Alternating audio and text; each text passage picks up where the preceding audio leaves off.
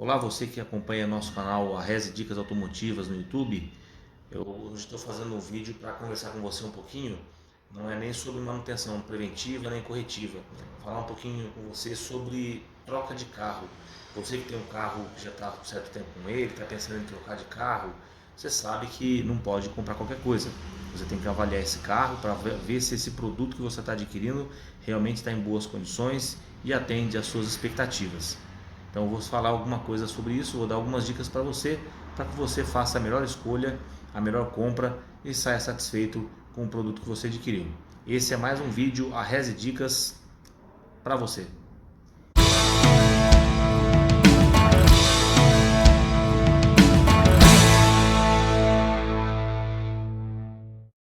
Falando um pouquinho com vocês então sobre a questão avaliação do carro, nós poderíamos falar que existem duas coisas aí a serem avaliadas.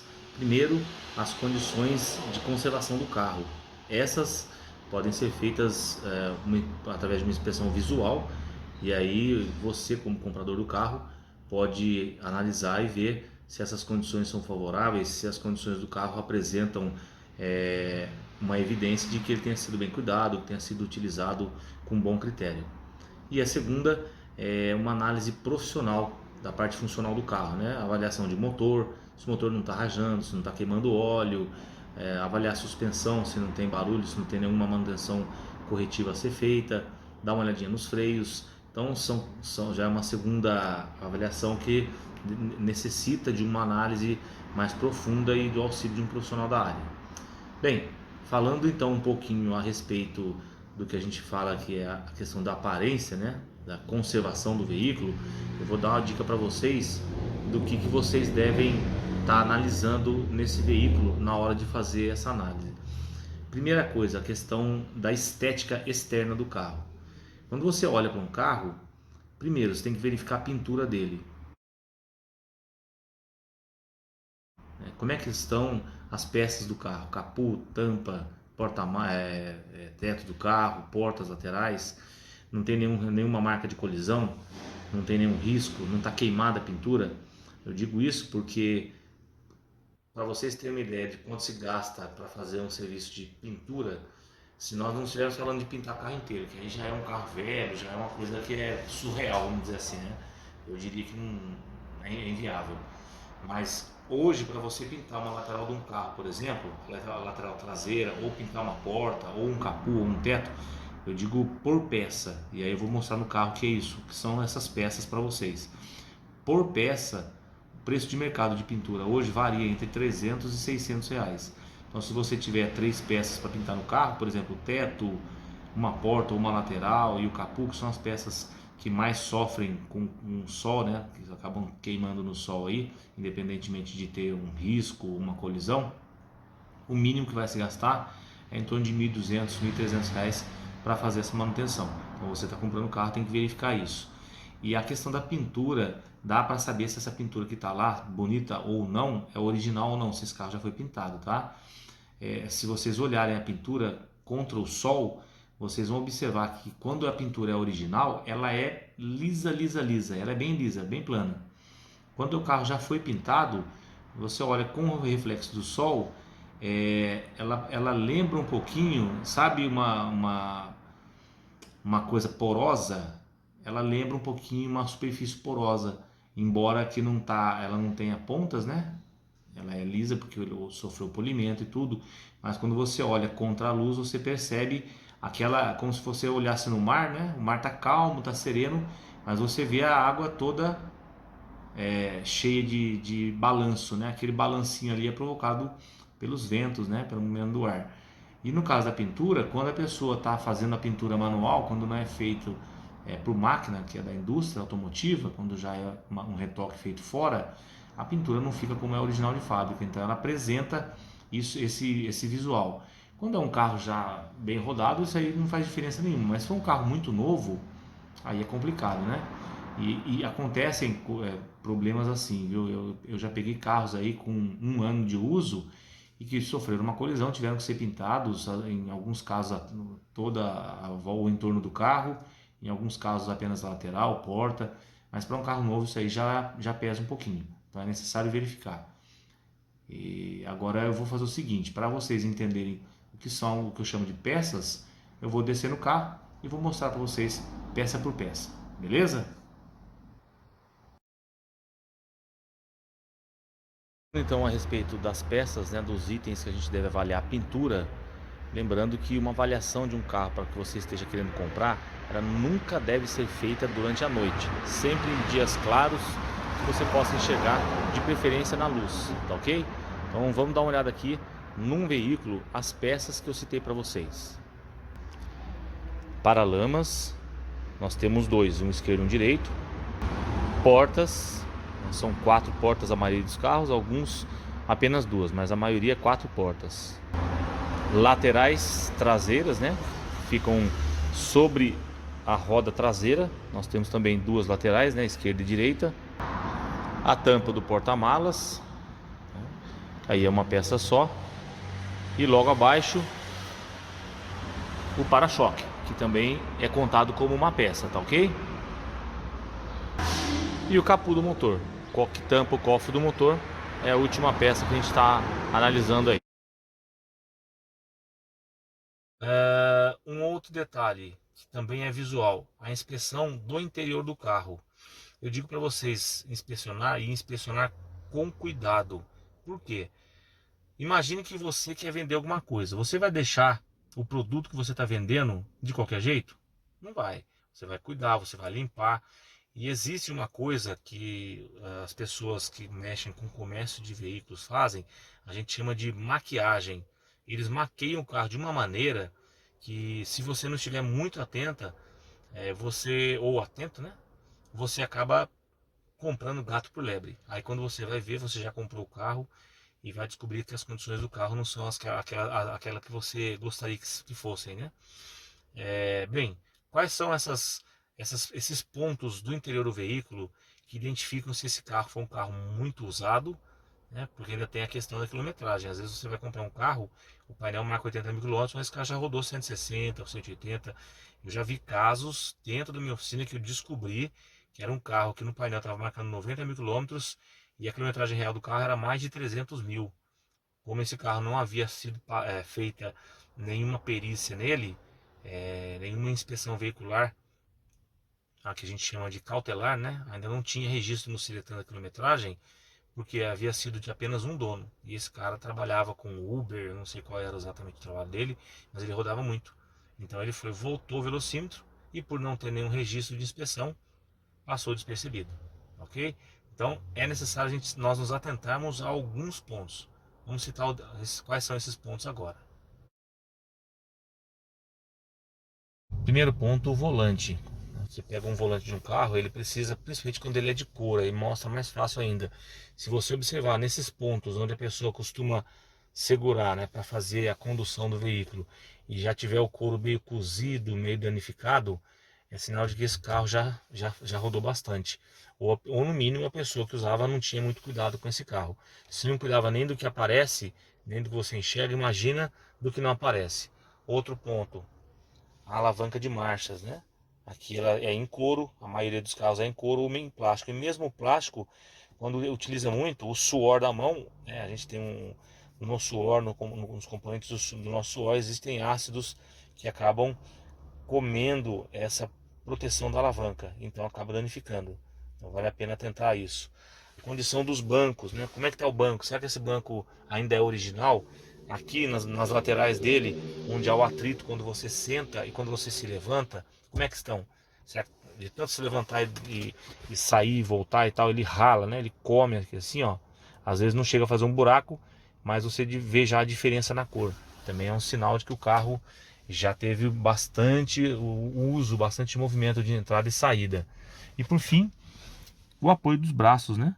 Esse lugar onde a gente apoia o braço, ele, quando já é um carro bastante usado também, pelo próprio suor, como acontece no volante e na alavanca de marcha, ele tem um desgaste e acaba apresentando já às vezes o material deteriorado, queima, muda de cor.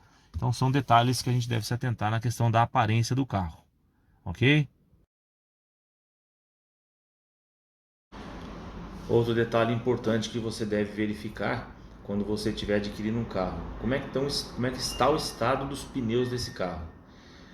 Para vocês terem uma ideia, é claro que os pneus não vão estar em condições de novo. Afinal de contas, nós não podemos nos esquecer que quando a gente vai comprar um carro usado, tudo nele foi usado, inclusive os pneus. Então não pode estar zero, mas também não pode estar careca, né? Todo pneu ele tem um ressaltozinho no meio dos frisos que indica quando é a hora da troca, né, desse pneu. Mas para facilitar para vocês, você pode pegar uma régua e meça ali mais ou menos uns de 5 milímetros para mais que o sulco dos pneus tiver, você está com pneus que ainda dá para rodar um tempo. Se tiver abaixo de 5 milímetros, esse tempo já está bastante reduzido, então muito em breve você vai ter que ter uma despesa com pneus, né? E pneus, vocês sabem, hoje qualquer pneu aí passa de 400, 450 reais. Tem pneus mais baratos, mas depende um pouco do tamanho, né? O aro 13 geralmente é mais barato, mas hoje quase não existem mais carros com aro 13. Isso ficou já no passado. E também tem a questão das marcas dos pneus. Pneus importados ainda são mais baratos do que os nacionais. De qualquer maneira, é um gasto, é uma conta que você tem que pôr na ponta do papel para ver se vale a pena ou não. E por fim, questão de motor. Leve a um bom mecânico, peça para ele verificar se o motor não está rajando, se o motor não está queimando óleo. Pergunte para o proprietário anterior se esse carro tem vamos dizer, talvez notas de revisão, quando foram feitas as revisões, como foram feitas. Uma pessoa que é cuidadosa com o carro, ela tem um histórico de revisão, né? Foi feita a revisão com tantos mil em tal lugar, foi trocado isso é uma pessoa cuidadosa. Então um carro desse, quando você compra de uma pessoa que faz as revisões em dia, que cuida dele, isso agrega valor ao produto, né? Então esse cuidado é importante. Mas voltando a falar do mecânico, ele precisa avaliar também a suspensão, andar no carro, né, ver se quando passa em buraco não tem algum tipo de barulho, para alguma correção a ser feita na mecânica. O que eu tenho observado é que a maioria dos carros que a gente encontra aí para vender, principalmente quando são carros particulares, que não são de agências, sempre tem uma coisinha ou outra para ser feita. Normalmente a manutenção preventiva, a pessoa já vai vender o carro, então fala, eu não vou fazer porque eu vou vender mesmo, então deixa para quem comprar. Então, a maioria dos casos que eu observo aqui na minha oficina, as pessoas que compram um carro gastam em torno de R$ 1.000 para fazer uma revisão bem feita, envolvendo sistema de injeção eletrônica, envolvendo troca de óleo e filtros, revisão dos freios, suspensão. Então gasta-se mais ou menos em torno desse valor. É o que eu tenho observado. E depois de tudo isso visto, aí sim, aí é a hora de ver quanto é que está se pedindo por esse carro. Existe, todo mundo conhece, todo mundo sabe, a tabela FIPE, né, que é a mais utilizada, tabela de carros. A tabela FIPE, ou qualquer tabela que a pessoa esteja usando para fazer um cálculo e gerar um preço para esse produto, para esse carro que está sendo vendido, só lembrando a todos aí, vocês que estão assistindo esse vídeo, a tabela não é uma regra, ela é uma referência. Um mesmo carro, por exemplo, um Golf ano 2012, tabela dele, exemplo, tá? Não olhei numa tabela para ver, só para vocês entenderem, R$ 23.000.